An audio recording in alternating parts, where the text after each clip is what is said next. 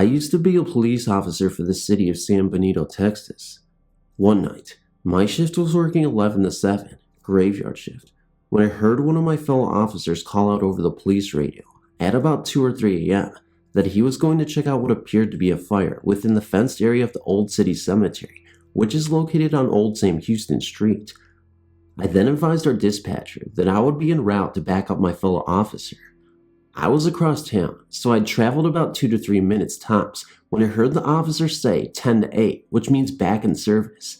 I then thought to myself, why didn't he call for the fire department?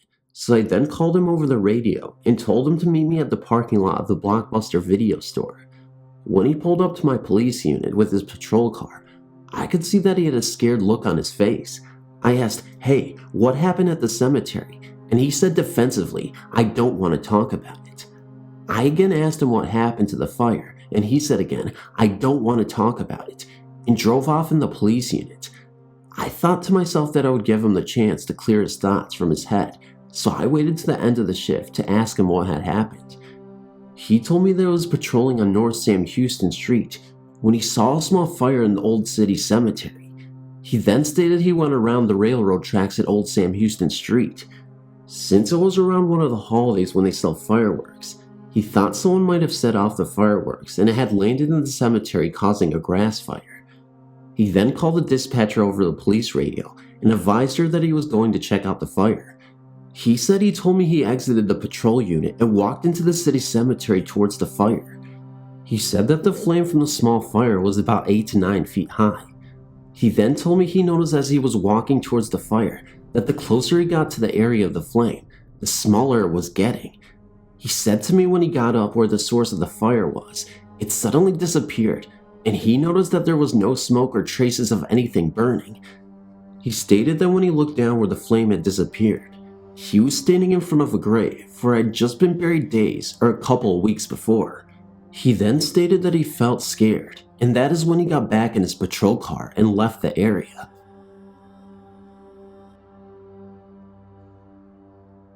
This occurrence is my one and only paranormal experience. I'd love to have more. For the past year, I've had a part-time job working for an ambulance company. This company is one of the few running combination funeral home EMS services in the region. One day, I was sitting in the ambulance bay resting between calls. The ambulance bay is in the same building as the embalming and body preparation area. I was in a meditative state, but had my eyes open. Out of the corner of my eye, I observed a girl about 9 years old walk through the back wall of the ambulance bay towards me. I remained motionless, and when she arrived at my side, she smiled and blew a puff of air onto my cheek. I could distinctly feel the breath, and at this point, I realized that day I was not daydreaming. The child was dressed in a slate blue jumper with a white blouse. The outfit she wore could have placed her anywhere from the late 19th century to the middle of the 20th century. It looked like a school uniform. She was slender, with mousy brown hair and dark eyes. After blowing on my cheek, she smiled and walked past where I was sitting and disappeared through an exterior wall just to the left of a door. Later, I asked some of the other paramedics if this apparition was familiar to them. It was not. However, 2 of the medics stated that they have seen and or heard ghosts in the ambulance bay building and an adjacent former residence, now used as a dispatch center. Although I've tried sitting in the same place and being quiet and meditative, I've failed to see the little girl again, but I will keep trying. There was no fear involved with the paranormal event, only a sense of love and gentleness. Thanks for reading.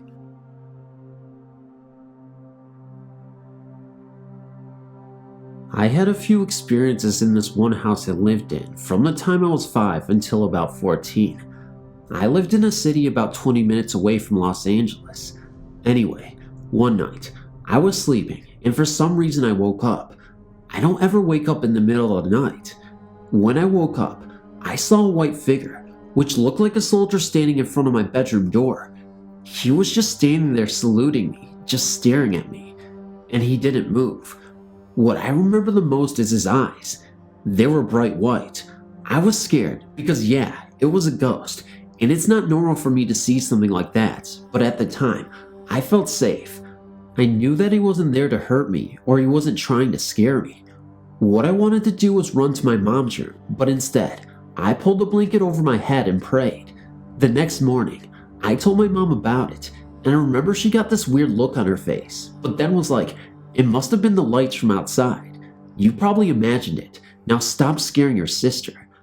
After that, everything was fine until about a year later, I had the worst experience.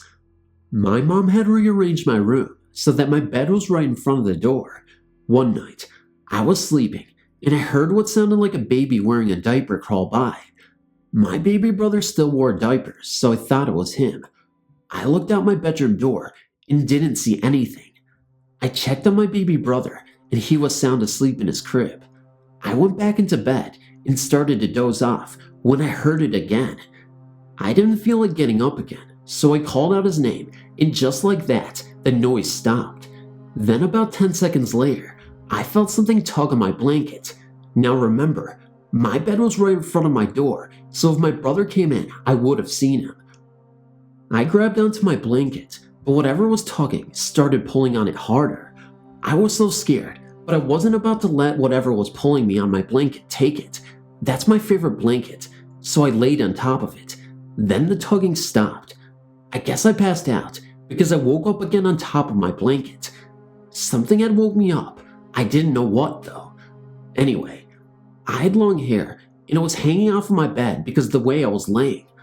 All of a sudden, I felt like something was pulling my hair very gently though. Then all of a sudden, it felt like someone had started at the top of my head and put their fingers through my hair, but it didn't feel like fingers because it scratched my head. It was sharp. I know I was not imagining it either because my head jerked back since I had a lot of tangles to my hair. That was it. I ran so fast out of my room. I ran into my parents' room crying hysterically. It took them a while to calm me down. When they finally did, I told them what happened. Again, my mom told me it was my imagination. I was not imagining it. Well, I slept on their room floor for about 6 months after that. There was no way I was going to sleep in that room. That was the last time anything bad happened like that. I remember I was always freezing in my room. The rest of the house would be hot, but as soon as you would go into my room, you were freezing. No matter what time of the year it was. One day, me, my mom, my brother and sister came back from my aunt's. I was the first to walk in. My mom was right behind me, and bro and sis were still getting out of the car. It was dark in the house, so I was walking to go put the light on when out of nowhere, this bright white ballish figure flew straight from the kitchen into my room. My mom saw it too because I looked at her and all she said was, "Don't say anything." We finally moved when I was about 14. One day, my mom and I were talking about that house and I brought up that soldier I'd seen. That's when she finally told me what happened. The street we lived on had this one gang. They were always doing drive-by shootings, fights, and cops everywhere. Anyway, a year we both moved in, I guess there had been a little shootouts between the gangsters and the cops. Well, a cop was shot, and he crawled up to my front porch to get help, but before an ambulance could get there, he died right there on the steps. My bedroom window was right next to the front porch, so it turned out that it wasn't a soldier, but it was a cop dressed in full service dress that he was buried in.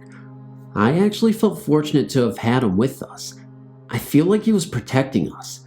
A lot of the kids on my street that I grew up with had been beat up bad, shot, joined a gang, got pregnant really young, etc. Everyone except for me and my siblings. There's 6 of us. It was a dangerous neighborhood, but I always had this feeling when I was in that house, like I was safe and I had nothing to worry about. But at the time, I always felt like something or someone was watching me. Well, that's my story. Back in 1972, my family moved into a house on Upland Avenue in Fontana, California. The house was haunted. Just after that, the house at the other end of the street also became haunted. I'll start with the house down the street. I was friendly with the woman that lived in that house. She had a passion for gardening. The house is or was on the corner of the street. In front of 2 sides along both streets were 2 flower beds. I would see her outside caring for the flowers. I think in 1973 she died. I saw an ambulance out in front of the house one day. I just thought she got sick. Later, one of the boys that lived on the street told me that she had died. At the time, I didn't believe him because I had seen her just the day before taking care of her flowers, and the ambulance had been there about a week before. The next thing that happened was one day, I was walking past the house and I saw a woman tending to the gardens out front. I stopped to say hello to her. To me, she looked just like the woman that had lived there all along. I told her I was glad that she was better. She told me that she had not been sick and that she had just moved in. I don't know if I ever saw her again. A couple of years later, a family with a boy moved into that house. In the meantime, I was still seeing the first woman from time to time. I didn't know at the time that a family had moved in. I saw the boy in the driveway playing with a ball. I told him that the woman that lived in the house would not like him playing with the gate open, and she said she would be mad about it. He then told me that he lived in the house and could play in the driveway if he wanted to. I then pointed out that the woman was in the window watching him and that she looked mad at me. He then looked at the window and saw the woman turn white, started to run around to the front of the house yelling for his father. Later that year, the woman that lived next door stopped to talk to me about the house. She told me that the first woman had died years before. She also told me that all the women that lived there since 1972 had all gotten sick. She told me that she had seen the woman in the window also, and she thought she was mad because the other woman kept taking out the flowers she put in. Also, the flowers were starting to grow into her yard. Later, they put up a very high fence, so they would not be able to see the window from their yard. Her husband, the neighbor, told me later that his wife was sick. He also wanted to know if I knew of anything that could be done about what was happening next door, plus that they were moving. In 1979, I told my doctor that I thought the house my mother had lived in was what made her sick. He asked me where she had been living at the time. I told him on Upland Avenue. He then asked if the house was on the corner and why he was asking me. He said that the first woman that had lived there had died of cancer, and so did the next two women that lived there, of the same cancer. The young mother of the boy did not die of the cancer that she got, but she was still very sick because of the treatment for it. He also told me that the first owners of the house was not the first woman. He told me that the town didn't know what to do with the house, as they didn't want any more women to live there because they all were getting the same cancer.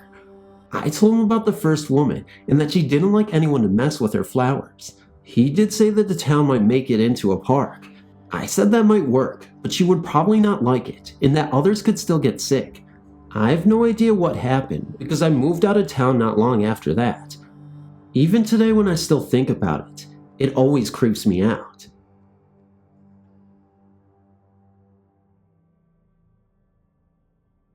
I'm 28 years old and am currently an honorary member of a volunteer ambulance corps in New Jersey. Honorary because after 10 years of active service, I resigned to pursue training in advanced life support as a paramedic.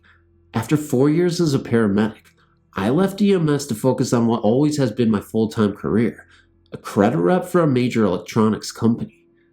These stories have taken place over years and are not daily occurrences, and while other members have similar stories, I will not speak for them. Fortunately, I've had witness to see some of these happenings. Most of the occurrences seem to focus around the garage area of the building, where the ambulance is parked. I happen to believe a man and a woman occupy this building. I believe this because of the following.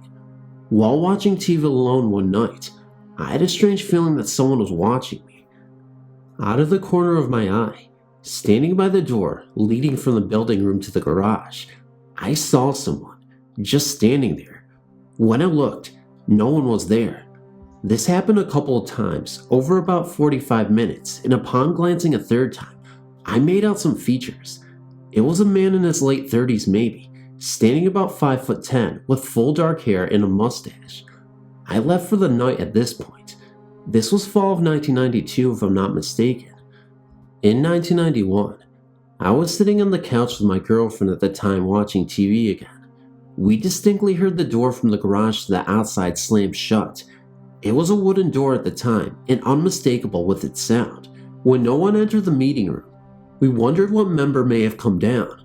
When no one came inside, I went into the garage to look. There wasn't anyone there, but heard the door slam once again back back inside the meeting room. This continued about 5 times. The last time, when my back was turned and standing about 12 feet away, there wasn't anyone in the garage or outside.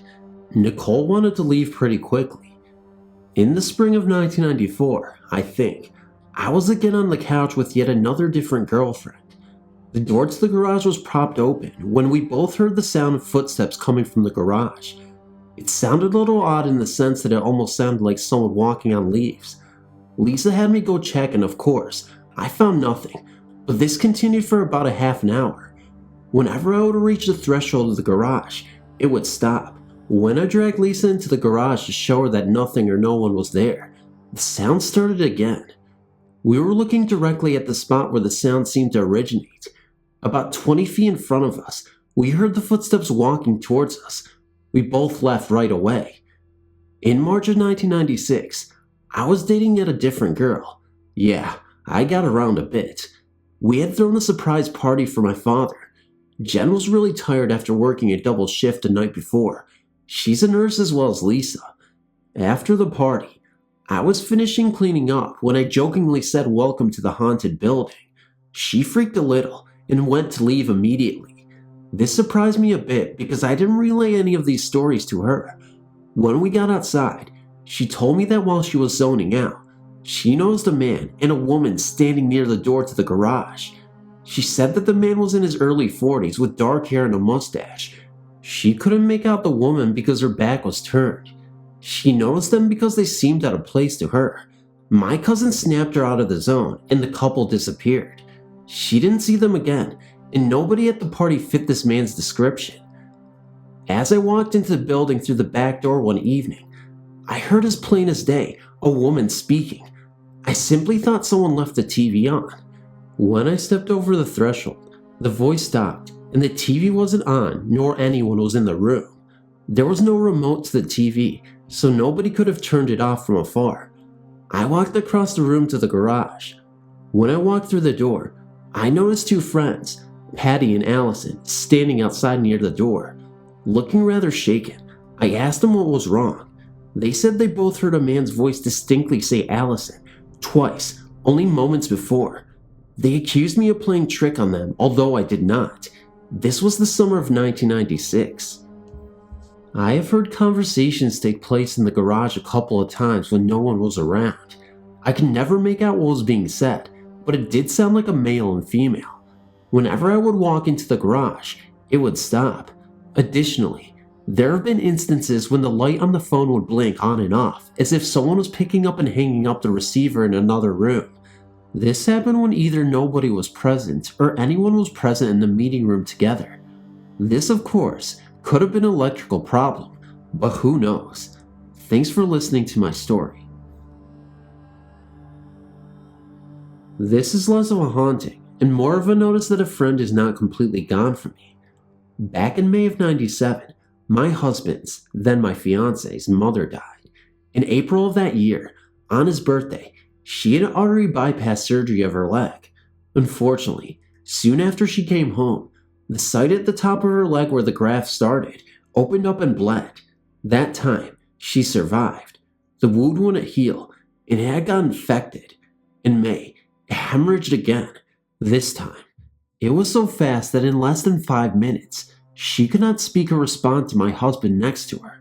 The EMS got there just as I had gotten downstairs.